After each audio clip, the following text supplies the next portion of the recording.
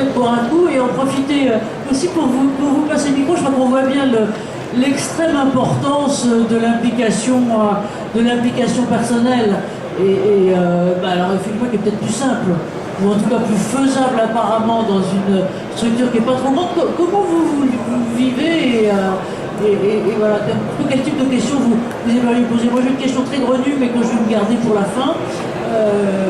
Quelle question vous auriez envie de poser à Yves? Donc vous voyez, de Bretagne, tout au fond globalement de la baie du Mont-Saint-Michel, avec aussi des questions particulières, je dirais, qui sont comment je fais pour recruter? Parce que ça ne doit pas être forcément simple, et comment je fais aussi pour garder des gens et les garder quand ils vieillissent. Que ça soit vert.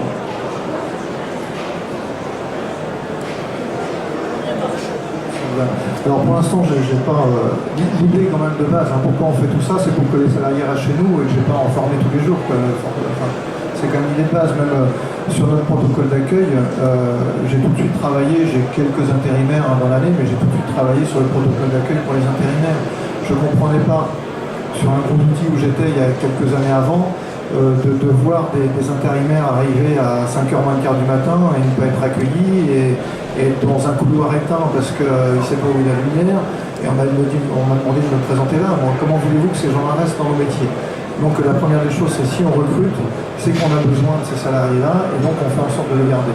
Et quand on se trompe finalement quand ça ne marche pas, c'est nous qui avons été mauvais soit sur le recrutement, soit sur l'intégration. Mais je considère que ce n'est pas la faute de la personne qui est en face. Voilà, c'est à nous de nous remettre en question. Ce sont des sujets très difficiles, hein. Je ne suis pas très bon sur ces questions-là. En tout cas, on ne garde pas non plus par défaut. Comme ça, vous pourriez entendre une entreprise avec les petits oiseaux, tout ce qu'on veut. Non, ça reste le travail quand même sérieusement. Et je ne veux pas garder par défaut parce que ce serait dévaloriser mon équipe et dévaloriser mes salariés. Mais quand je ne garde pas, systématiquement, j'explique à toute l'équipe pourquoi je n'ai pas gardé la personne. Et je le dis même assez rapidement, c'est moi généralement qui donne l'information à tout le monde et je donne mes raisons systématiquement. Quel conseil du vécu, madame? Juste si vous pouvez dire qui vous êtes. Isabelle Moret, responsable KHSE d'une entreprise de Marie. J'ai une question, donc l'engagement de la direction, ça on l'a entendu. La consultation systématique, c'est important, c'est vrai que ça fait adhérer tout le monde et ça donne du sens et ça met des choses en place qui ne bougent pas. Par contre, l'adhésion des managers, encore une fois, l'engagement des directions, c'est des choses qui évoluent et c'est des choses, on le voit plus facilement. Et comment vous faites adhérer aux managers, les responsables, les managers de proximité, ou des choses comme ça? Qu'est-ce qui fait qu'ils adhèrent avant de consulter après les équipes?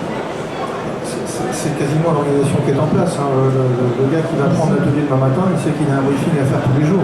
Il sait qu'il faut qu'il réponde très rapidement aux salariés quand il y a une question. Est-ce que je peux prendre une journée tel jour ou tel jour? Je veux que quasiment soit le jour même ou le lendemain, ils lui disent oui ou non, quoi. Enfin des choses comme ça. Mais on est dans quelque chose de descendant. On se voit déjà une fois par semaine sur toutes les questions. Et pour l'instant, ça s'est fait vraiment très naturellement autour de moi.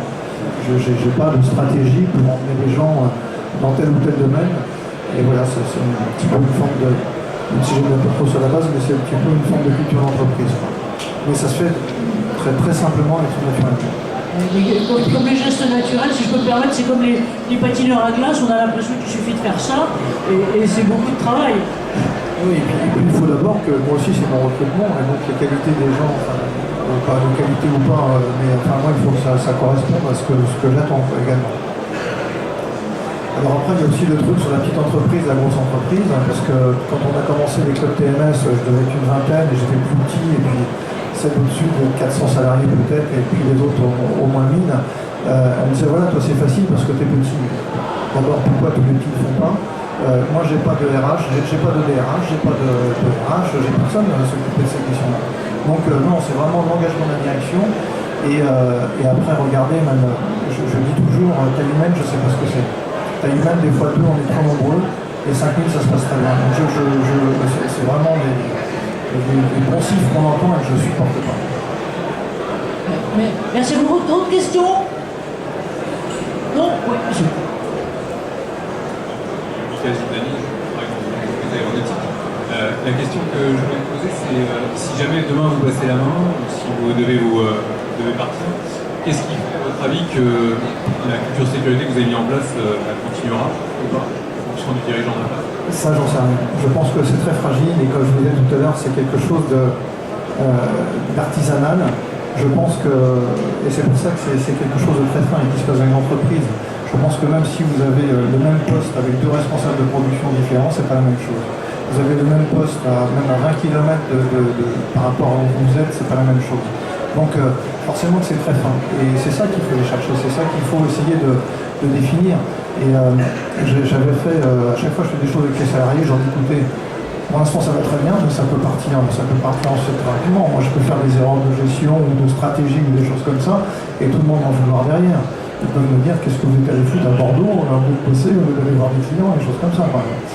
Non, mais enfin, je suis certain en tout cas que c'est très fragile et qu'on est dans le système d'amélioration continue. Après,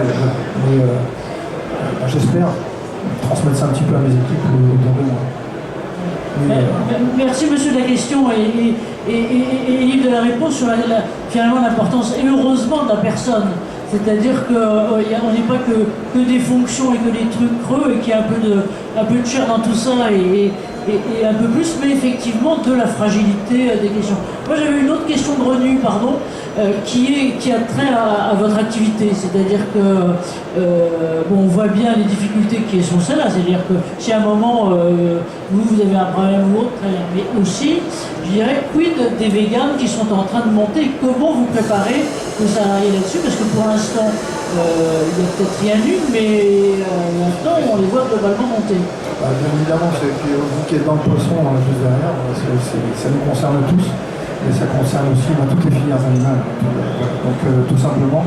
Alors moi j'ai travaillé aussi sur ces questions-là, là aussi on essaie de se renseigner, de se former. L'idée quand j'ai vu ces mouvements-là apparaître il y a 2 ou 3 ans, la question, je vous l'ai dit tout à l'heure, la question que je me suis posée, le travail est beaucoup plus facile que chez mon père. Et il y a de plus en plus de problèmes. Donc qu'est-ce qu'on fait, qu'est-ce qui se passe? Là, la question que je me suis posée, c'est est-ce que j'ai le droit de tuer un animal? Et donc j'ai travaillé pas mal avec les philosophes et tout ça qu'on voit maintenant un peu partout dans les émissions de télé. On a travaillé un petit peu en Bretagne sur une petite équipe, un collectif de collectifs là, qui s'appelle les Omnivores. On aura un colloque le 11 décembre à Rennes. J'espère qu'on pourra être là si vous voulez. Et je me sens beaucoup plus à l'aise aujourd'hui pour parler de toutes ces questions-là. Même si on va avoir des mouvements qui tendent, peut-être vous en apercevez pas, mais qui tendent à s'affaiblir un petit peu en ce moment. On a quasiment des phénomènes sectaires et on va avoir des prises de position de plus en plus radicales finalement, donc dans les gens qu'on va avoir contre nous. Voilà, donc ce qu'il faut pour nous, c'est d'être solide, d'être assez formé et là aussi à l'aise avec ce qu'on fait et décomplexé, mais être capable d'expliquer, être capable d'en parler, ce que j'étais incapable de faire il y a peut-être 1 ou 2 ans. Voilà, écoutez, je crois que je vous propose de l'applaudir très fort et de le remercier parce que Yves est un vecteur de conviction dont nous avons besoin, mais dont sa boîte a besoin peut-être encore plus. Un grand merci Yves et merci à vous tous. Bon, merci à tous.